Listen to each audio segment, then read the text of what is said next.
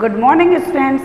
Now we started our next question number 9. ठीक है ना?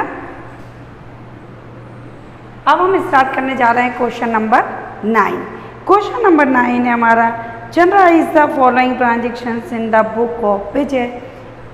तो journal entries in the book of Vijay. ठीक है ना? हम किसकी बुक मेंटेन कर रहे हैं? विजय की. सो 2015 1st January commenced business with cash ₹60,000 and goods worth ₹20,000.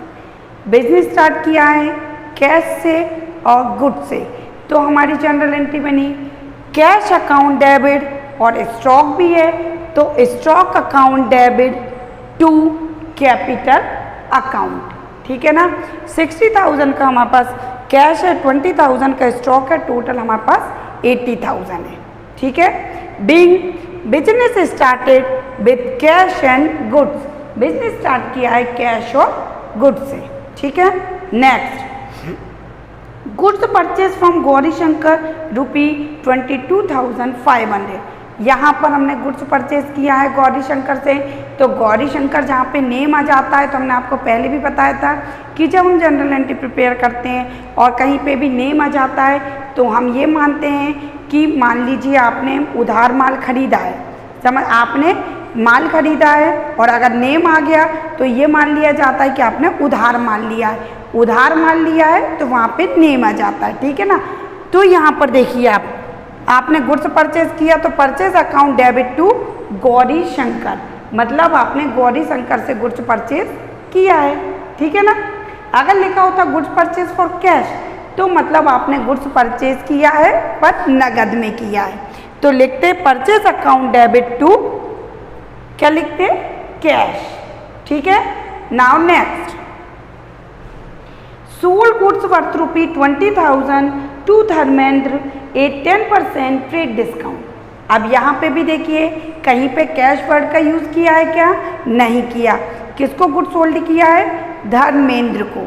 ठीक है ना? तो हमारी जनरल एंट्री क्या बन गई? Dharmendra account debit to sales account.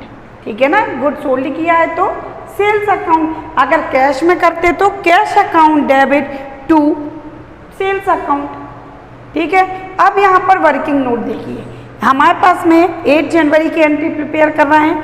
20,000 का हमारे पास में हमने गुड्स सोल्ड किया है और जिस पर 10% हमको TD मतलब कि ट्रेड डिस्काउंट देना है. तो 20,000 का 10% 2,000. तो 20,000 में से 2,000 माइनस किया तो 18,000. ट्रेड डिस्काउंट के बारे में हम पहले भी कह चुके हैं कि चाहे गुड्स को हम कैश में सोल्ड करें चाहे क्रेडिट में सोल्ड करें, ट्रेड डिस्काउंट दोनों ही कंडीशन में दिया जाता है. तो यहाँ पर हम क्रेडिट में कर रहे हैं तो हमने ट्रेड डिस्काउंट दे दिया. कैश में करते तो भी हम ट्रेड डिस्काउंट देते, लेकिन ट्रेड डिस्काउंट को हम बुक में शो नहीं करते. ट्रेड डिस्काउंट को कभी भी हम बुक में शो नहीं करते. क्लियर है? नाउ नेक्स्ट अब यहाँ पर देखिए आप, तो हमने इसीलिए Dharmendra account debit to sales तो किया है परंतु कहीं पे डिस्काउंट लिखा है क्या? नहीं. क्यों? क्योंकि ट्रेड डिस्काउंट को हम देते तो हैं. 20,000 का गुड्स था, डिस्काउंट देने के बाद 18,000 का बचा तो हम ये 20,000 शो नहीं करेंगे, हम 80,000 ही करेंगे. पर ये कहीं नहीं दिखाएंगे कि हमने 2,000 का डिस्काउंट दिया है. यहाँ पर देखिए Dharmendra account debit to sales 18,000 18,000. 2,000 हम कहीं नहीं दिखाएंगे कि हमने डिस्काउंट पे किया है. ठीक है ना? अब हमारा नेक्स्ट है यहीं पर अगर कैश और डिस्काउंट होता, ट्रेड डिस्काउंट देने के बाद में वो कहते हैं कि 5% कैश डिस्काउंट. ठीक है? तब हम ये देखते हैं कि कैश डिस्काउंट देने के लिए हमने गुड्स को सोल्ड या परचेज कैश में किया हो.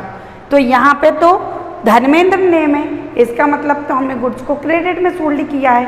तो क्रेडिट में सोल्ड करो चाहे कैश में, TD तो देना पड़ता है हमको, लेकिन ट्रेड कैश डिस्काउंट केवल कैश में ही दिया जाता है.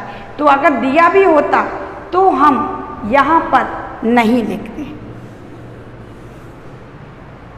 ठीक है ना? क्यों? अगर गुड सोल्ड फॉर कैश होता तो हम दोनों डिस्काउंट देते. ठीक है? Withdraw cash 1,000 and goods 800 for personal use. आप क्या कह रहे हैं कि पर्सनल यूज़ के लिए कैश और गुड्स को विड्रॉ किया है। तो हमारी लास्ट एंट्री क्या बनती है, ड्राइंग अकाउंट डेबिट। जहाँ पे भी पर्सनल यूज़ होता है वहाँ पे हम कौन सा वर्ड यूज़ करते हैं, ड्राइंग। तो हमने ड्राइंग किया है, drawing account debit to cash. और जहाँ पे भी गुड्स वर्ड्स का यूज़ होता है वहाँ पे परचेज यूज़ करते हैं, तो टू कैश टू परचेज। 1000 का गुड्स हमने विड्रॉ किया है, कैश विड्रॉ किया है, 800 का गुड्स किया है, टोटल 1800 विड्रॉ किया है हमने। ठीक है ना, क्लियर है? किसी को कोई डाउट है? Okay, bye, have a nice day.